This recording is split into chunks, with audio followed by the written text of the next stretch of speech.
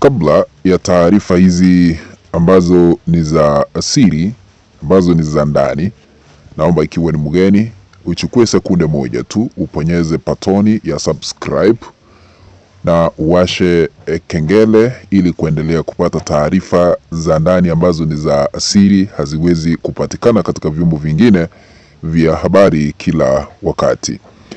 Cha muhimu zaidi na kuomba ukaweze kuponyeza alama ya like.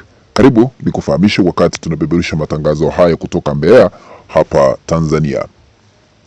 Hofu imeweza kutanda katika taifa letu la Tanzania baada ya serikali ya Rais Samia Suluhu Hassan kufumaniwa ikiwa na marehemu hadharani. Kivipi? Serikali sasa hivi inaitwa Jamhuri ya Muungano wa Tanzania, ambayo ipo mikononi mwa Rais Samia Suluhu Hassan. Ni kivipi Suluhu sasa na serikali hii yake wamefumaniwa wakiwa na marehemu? Kulingana na kile ambacho unatazama kwa skrini yako, gazeti hili linasema ya kwamba hapo chini tusome, Jamhuri inatumia jina la marehemu mume wangu kwenye kesi ya Lissu, nitawashitaki mkamiti. Sasa huyu ni mama mmoja ambaye amevumania serikali ya Samia Suluhu Hassan kwa sababu serikali ndiyo jamhuri, ikiwa na jina la marehemu ambaye ni mume wake, ambaye amewekwa kama shahidi katika kesi ya Tundu Lissu. Sasa wamevumaniwa hadharani. Unapotazama hapo juu, huyu mama amesema hivi, haya ni maneno yake ambayo yaliweza kunukuliwa. Kasema hivi, huyu ndiye Amini Said Mahamba, ni marehemu mume wangu, amefariki mwaka 2021 akiwa Sakip, sio ASIP, kama inavyotajwa kwenye kesi ya Tundu Lissu. Huyo wanaomtaja huku sijui ni yupi. Mume wangu amefariki na cheti cha kifo kipo, nimechoka kupigiwa simu na kuulizwa kama jamhuri inatumia jina la mume wangu. Nitawashitaki kabisa, wala sitokaa kimya. Maumivu yapata Mungu ndiye anajua.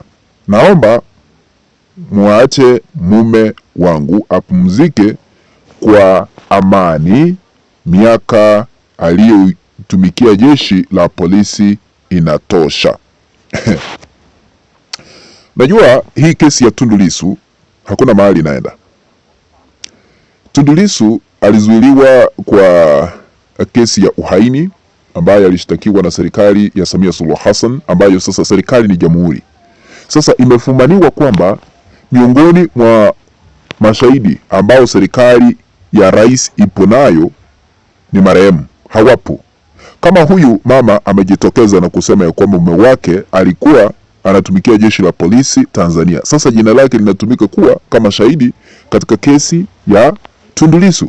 Sasa ametishia kumshitaki ama kuishitaki serikali ya Samia Suluhu Hassan na itamlipa fidia kwa kutumia jina la marehemu ambaye ni mume wake.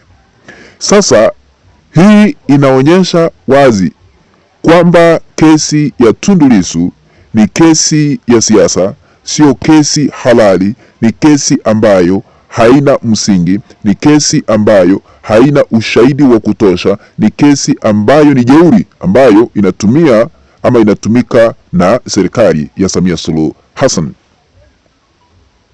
Sasa hadi marehemu wanaenda kufufuliwa ili kushitaki Tundu Lissu wa Tanzania. Tuende wapi? Hata sisi tukiwa hapa Mbeya tunashindwa cha kuzungumza, ila kazi yetu ni kuwafahamisha na kuhabarisha Watanzania na wote ambao wanatazama kanda zetu za Tanzania TV wajue ukweli halisi wa mambo kuhusiana na kile ambacho kinaendelea hapa Tanzania. Kuna maajabu, na hii inaonekana wazi. Tundu Lissu atashinda hii kesi asubuhi na mapema. alishtakiwa kwa kosa la uhaini na alitiwa mbaroni tarehe ngapi zile? Ilikuwa tarehe 9 mwezi wa 4 mwaka jana 2025. Amekaa gerezani zaidi ya miezi sasa 10 kwa sababu ya uhaini ambao aliweza kushtakiwa nao. Na uhaini ni ule, yeye alianzisha mchakato kwa kusema ya kwamba no reforms no elections, yaani pasipokuwa na mabadiliko hasa katika tume ya uchaguzi hakutakuwa na uchaguzi Tanzania.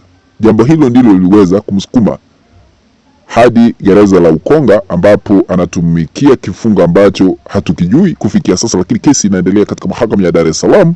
Anaenda pale na washahidi wameshindwa kutoa ushahidi wa kutosha, hadi niliona serikali ama jamhuri ikiomba iongeze shahidi mwingine.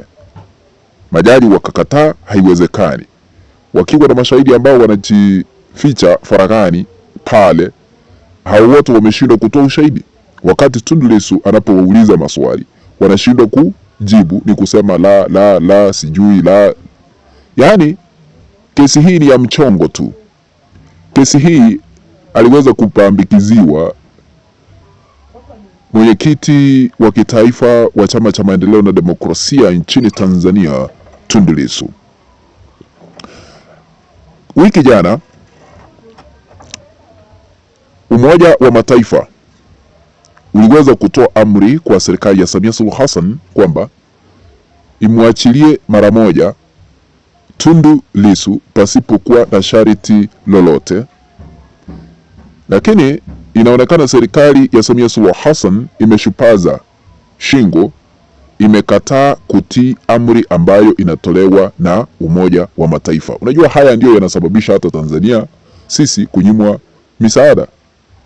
Haya ndio yalifanyika hapa. Tuliona tukiwa hapa Mbeya, tukaona Marekani ikisitisha kutuma misaada, Uswidi ikisitisha kutuma misaada kwetu, Canada ikisitisha kutuma misaada kwetu. Sasa tumeambiwa Tundu Lissu aachiliwe bila sharti, apokezwe huduma za matibabu na akubaliwe aenda aonane na familia yake, kwa sababu hii kesi haipo. Serikali ya Samia Suluhu Hassan imeshupaza shingo, haijaamua hadi kufikia sasa. Penye tumefika hamna ushahidi wa kutosha ambao unaweza kusababisha Tundu Lissu kuamuliwa kesi kulingana na zile sheria za Tanzania mwaka 1977 kwamba yeyote ambaye anapatikana na kosa la uhaini ni kifo, kwa sababu ukipatikana na kosa hilo hamna dhamana. Sasa ni wazi kwamba hii kesi haipo, marehemu wanafufuliwa kuwa mashahidi katika kesi ya Tundu Lissu. Kufikia hapo naomba kutamatisha hii kanda, tukutane katika kanda ya baadaye, na ikiwa hauja subscribe chukua sekunde moja tu uponyeze patoni ya subscribe, uwashe kengele na tukutane baadaye. Kwaheri.